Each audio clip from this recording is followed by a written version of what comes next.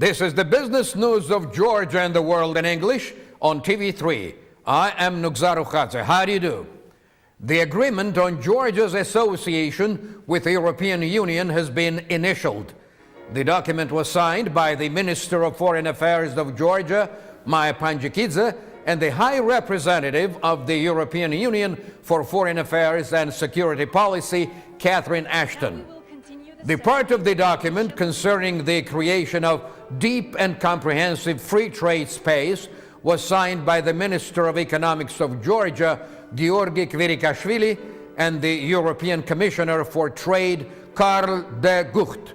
Maya Panjikidze and Catherine Ashton have also signed the frame agreement on the inclusion of Georgia into the operations of crisis management in Europe. The text of the agreement will be promulgated next week.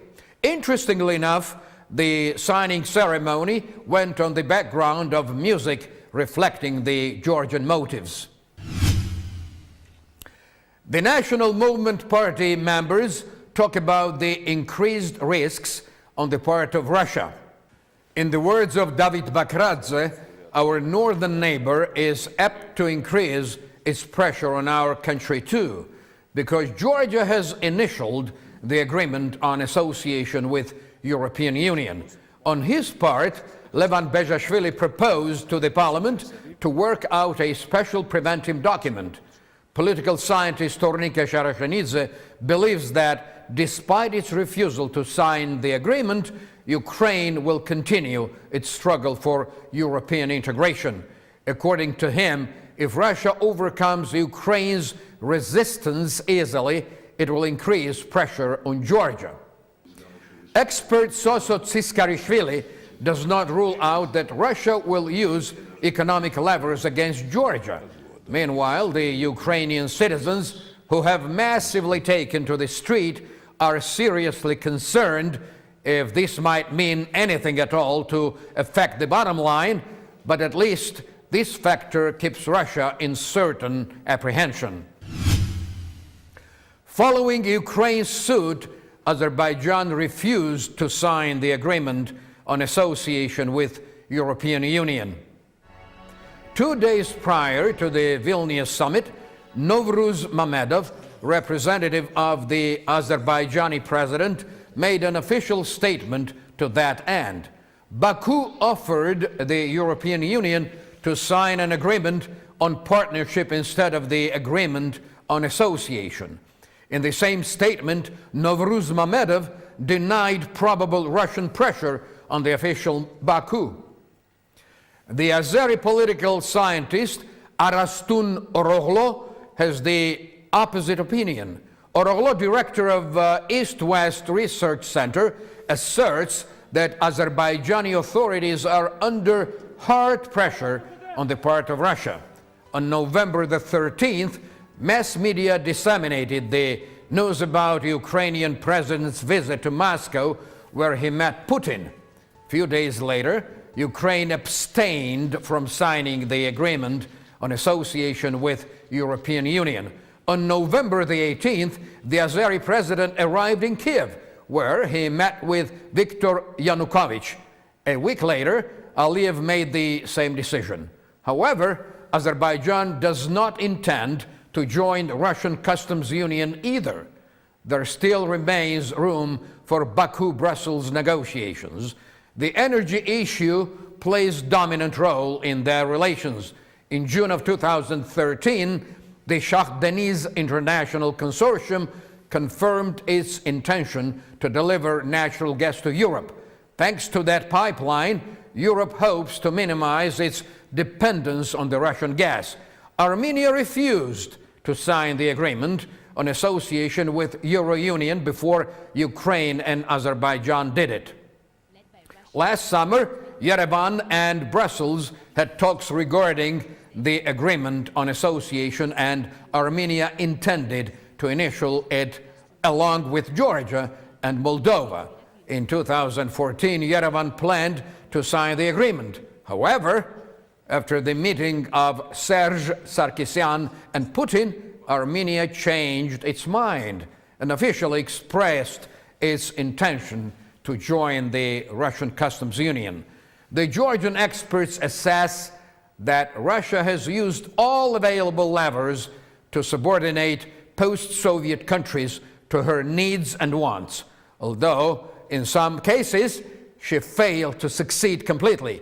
They forecast increased Russian pressure on Georgia and Moldova.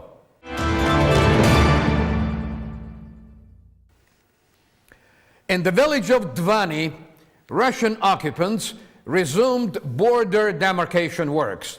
Georgia won't swallow the bait and won't react to the provocation.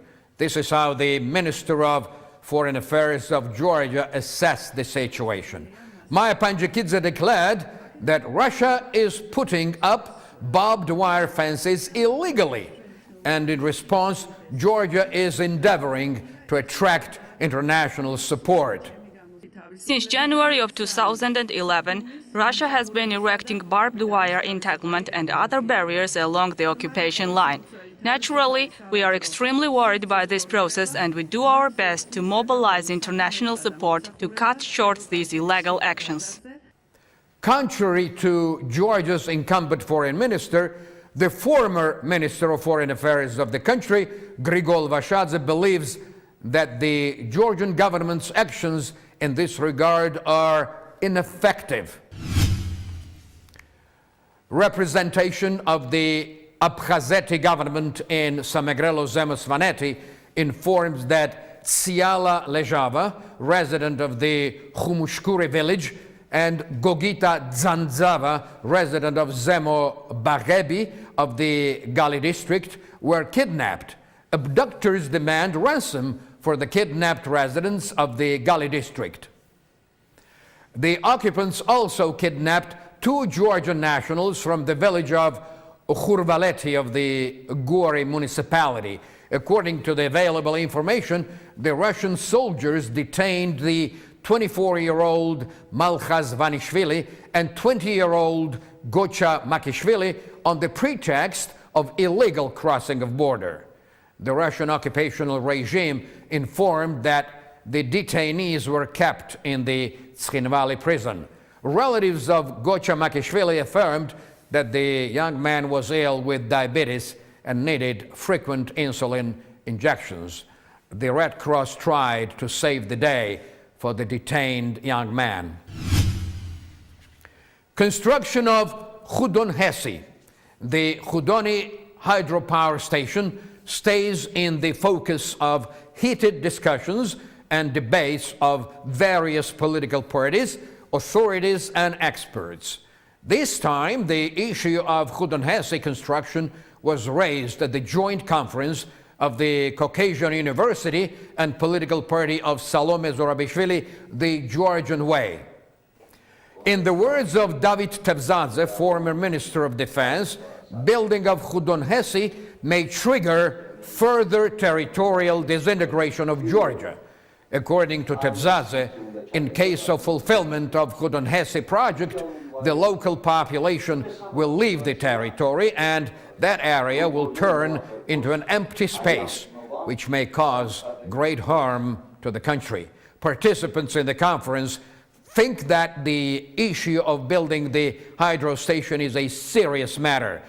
It should be transparent and subject to public discussions. Only after that we can decide whether we build it or not.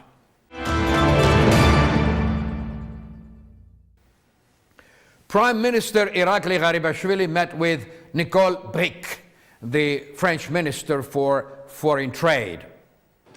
Georgian Prime Minister acquainted the guest with main trends of Georgian economic policy, including the country's liberal trade policy.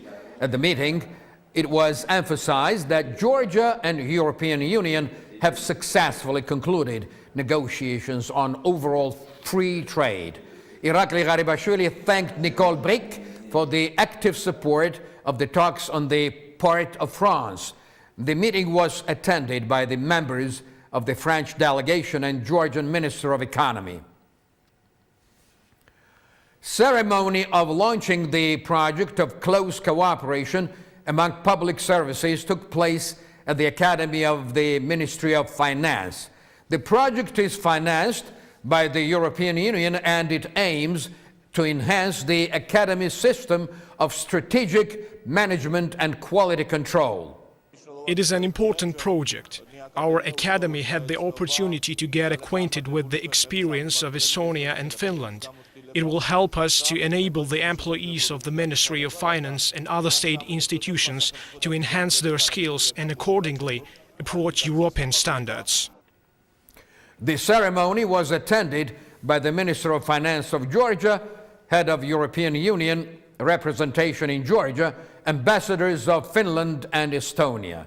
The project of the so-called fraternization of public services is an instrument of promoting the European neighborhood policy.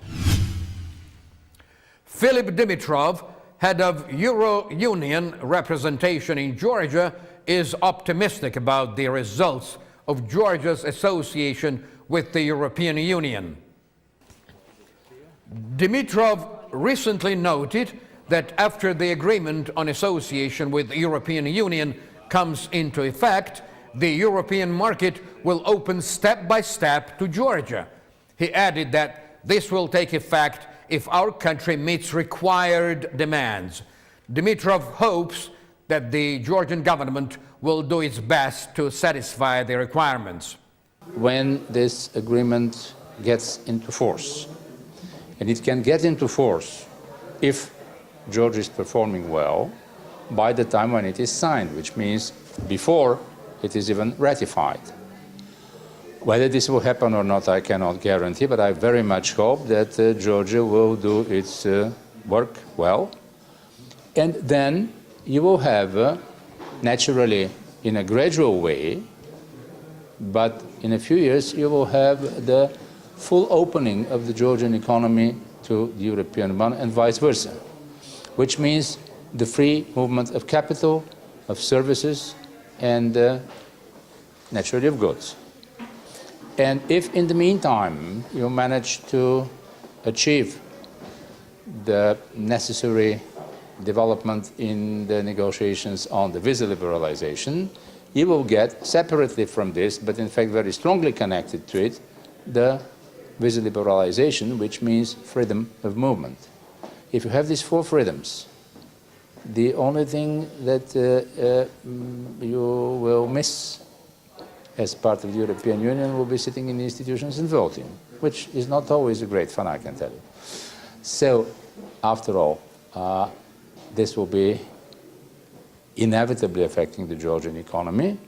And here you don't measure it by one particular figure or another, but rather by the fact that if it is part of a larger space, all the benefits of this will inevitably reflect in it. And it gives a lot of opportunities for those who perform well.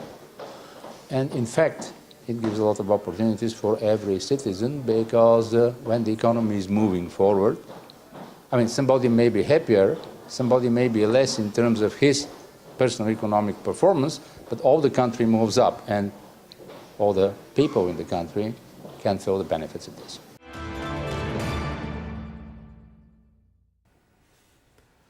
At the Ministry of Agriculture, they summed up realization of the project preferential agricultural crediting for 8-month period and assessed it as a successful undertaking.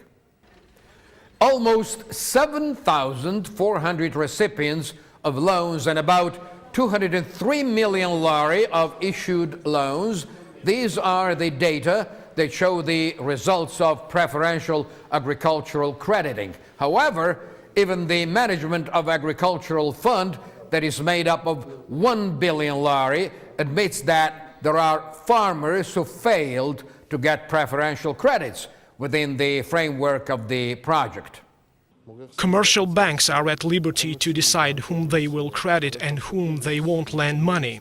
Accordingly, commercial banks determine crediting policy, and the people who are not compatible with their requirements get no credit. Representatives of banking sector who were instrumental in giving loans explained that in order to be eligible to receiving credit, the borrower must be solvent and be experienced in agricultural business. 11 commercial banks and 2 microfinancial organizations participate in the project. The project is bound to realize one of the main promises of Bidzina Ivanishvili, to create 100 new enterprises. Against the background of economic slowdown and in the wake of a pause of 2-year period, official exchange rate of Georgian lari fell against US dollar and reached 168 point. Depreciation of lari began at the beginning of November. At that time, due to high public interest, National Bank of Georgia summoned a press conference where they said that fluctuation of the rate was an ordinary phenomenon and stability of currency was secure. Even now, the National Bank continues to hold its ground. However, it refuses to make comments on television. Meanwhile, expert Kaha Jakeli thinks otherwise. He blames slowdown of the tempo of economic growth and diminishing of direct foreign investments for the unprecedented depreciation of lari. Jakeli believes that the weakened lari will cause the growth of consumer prices. At the Association of Banks, they see no danger in the depreciation of lari. Zurab Gvasalia, chairman of the association, told our TV3 that such short-term change of currency rate will not affect the stability of lari. At Financial Budgetary Committee, they are not afraid of rate fluctuation of lari. The chairman of the committee says that the rate fluctuation of national currency is an ordinary trend, and lari reacts adequately to the economic processes in the country. For the last time, 1.68 rate of national currency was recorded in July of 2011.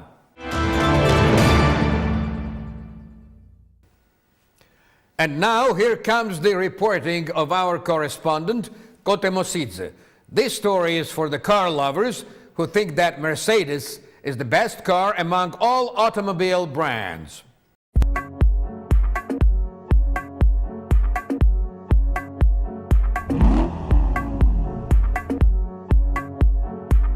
Talking about the vehicles, we should not forget 5 main features of cars: handling, durability, performance, design, and luxury. Mercedes-Benz cars have all of them. This fact makes German manufacturers the leaders of car industry. They reported that they sold more vehicles in 2013 than ever before. This is Mercedes-Benz Center in Tbilisi. Here you see the most advanced cars in the world. The new vehicles of Mercedes-Benz have the ability to avoid collisions, decrease the severity of crashes and drive themselves with the help of radars and cameras installed in the new automobiles. That's why the majority of the richest businessmen drive Mercedes-Benz S-Class. We are the sole dealers of Mercedes-Benz in Georgia. Our sales have been rising until the 2008 crisis, and then sales dropped dramatically. At present, we are moving uphill and we have good financial situation. In 2014, we plan to increase our sales by investing $5 million. We plan to open service centers in Batumi and Poti. In this center, we sell ML, GL, S-Class, C-Class, E-Class, G-Class, GLK, and soon we will have the new CLAs, GLAs and S-Class coupes on sale. We view BMW and Audi, both of them being the German brands, as our main competitors. We can say that this is a miracle of new automobile generation. The other amazing feature of Mercedes-Benz cars is that it has magic body control. Mercedes-Benz emblem represents 3 types of mobility: on land, on water, and in the air. Until we buy one of these cars, let's wait for the innovation of Mercedes-Benz AMG Vision Gran Turismo. the best or nothing.